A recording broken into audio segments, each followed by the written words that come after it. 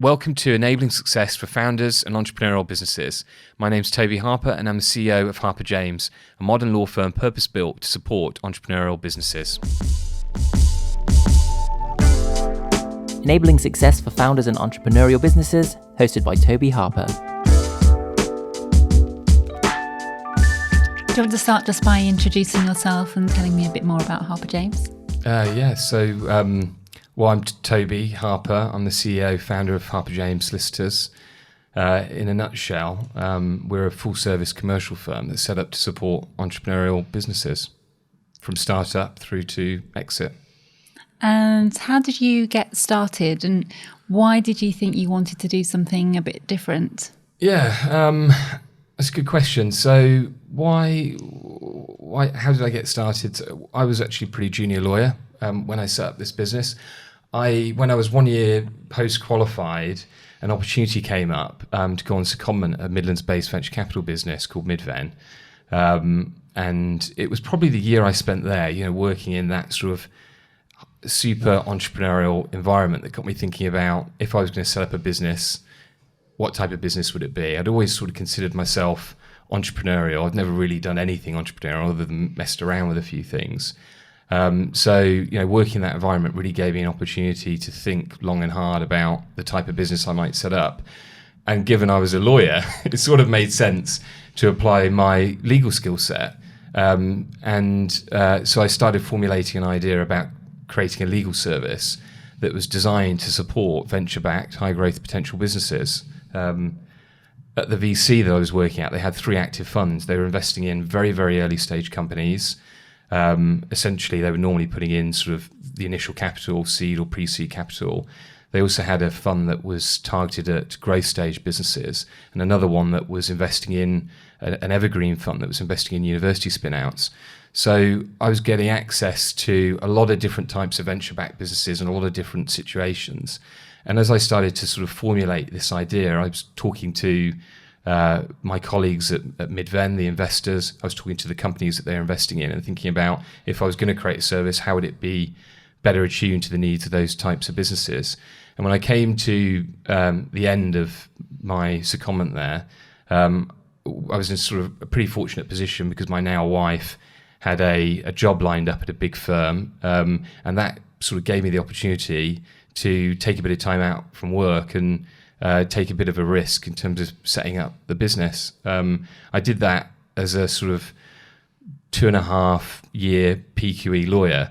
So in terms of trying to do something different, it was really born out of necessity as much as anything else. So number one, I'd sort of identified an opportunity to support venture-backed growth businesses, but I didn't have, other than a few limited contacts that I generated whilst I was at Midven, I didn't have any sort of established network or following, which is typically how a law firm gets set up. So I needed to make sure that the service that I'd created really stood out from the market. I had to generate all of the clients that I was aspiring to secure. I had to generate them from scratch. And so that led me to thinking about really sort of productizing legal services, give me something that I could quite clearly, with complete clarity, pitch to prospective businesses that maybe I had no relationship with whatsoever. And so all of that led to a subscription legal service. And it was a small company package, which we call our enterprise plan, that was the basis of founding the business. Initially set up a sort of quasi in-house counsel, so in a sort of semi-unregulated way, realised I was onto something, and when I got to 3 years post-qualified, set up the business as a proper law firm, and have been scaling since then. So that was, nearly 7 years ago? Just over 7 years, yeah, just over 7 years. And there's been a lot of growth in that time. So what's next then for you? Yeah, so looking at the business today, we're a team of just over 70 people. We've got sort of circa 50 lawyers.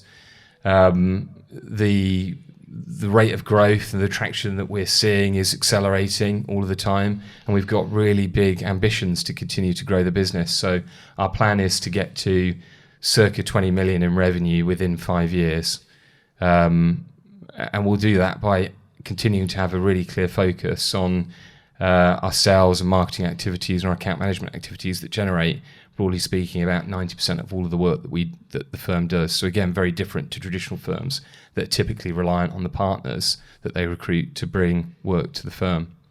It sounds though that you're going to need to recruit quite a lot of people to achieve that growth. Yeah, we will. Yeah, and we're probably, we're talking about almost quadrupling in size. So it probably won't work out like this, but theoretically, we would need 4 times the number of lawyers we have today. So that's a lot of lawyers we've got to recruit in what is a relatively short period of time. Particularly, in this market, it takes a while to find the right people, the right talent. Lawyers are naturally risk averse, and that even applies to moving jobs. So convincing them to join us, onboarding them, getting them up and running, it can take a long time. I imagine a big part of what's attractive about Harper James is that you came to the market and you were doing things differently. And I think sometimes as a newcomer, you can get away with kind of all sorts because you're challenging the status quo. But now you're getting bigger.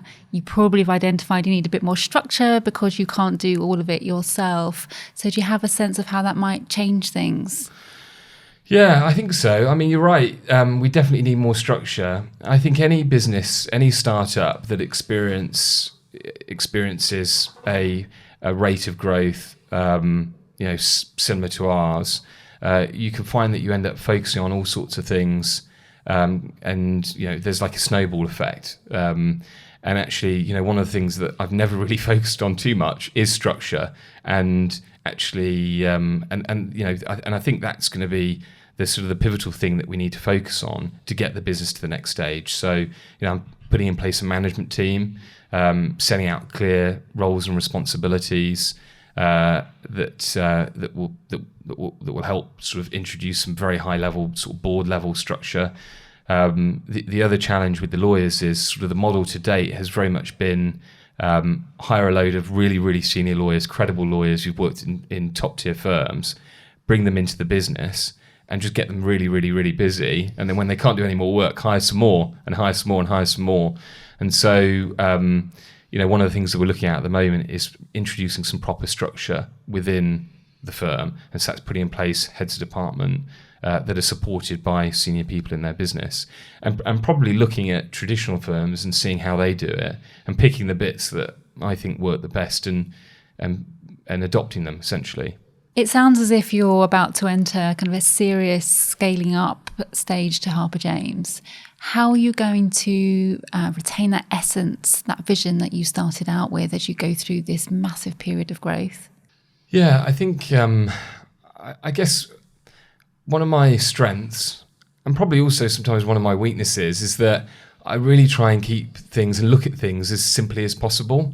And I think, if I was to look too far ahead about what I want to achieve and all of the challenges that I'm going to experience along the way, it could quite easily put me off doing it.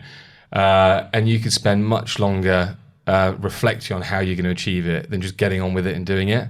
So the key for me is just keep it simple and keep it really, really simple. Focus on why I set up the firm, focus on the clients we work with, the value that we add to those clients, the initial proposition that we had, make sure that continues all the way through our growth, focus on our people, our lawyers and everybody else within the business. What's the proposition to them for working at Harper James? How do we retain those people and keep those people? And again, that's just looking after them and making sure that they're valued.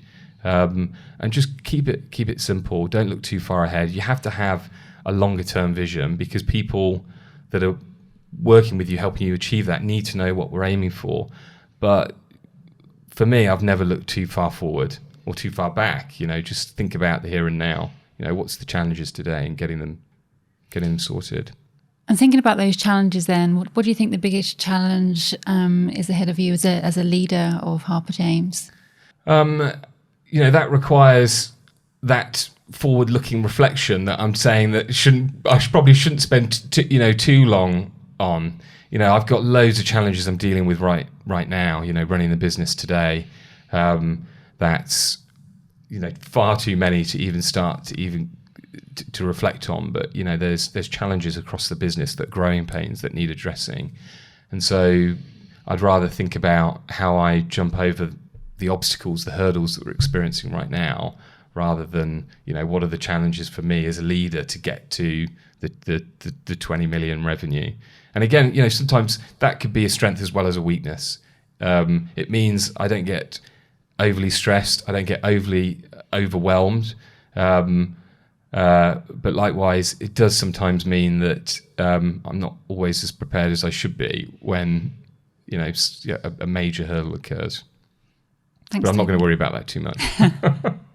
What is the one thing that you do as a leader that you feel contributes to the success of Harper James?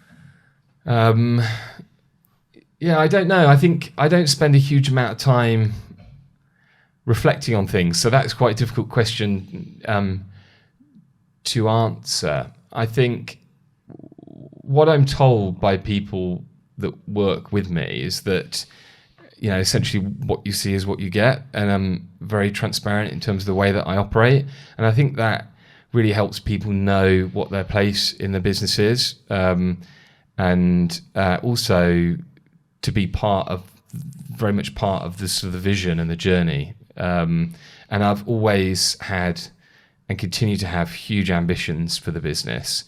And, I'm sort of really quick to sort of share that with everybody and get their buy-in in terms of what we want to achieve, but then rely on them and empower them to help us achieve that. I'm not sure if that necessarily answers the question, but... I think it does. Yeah.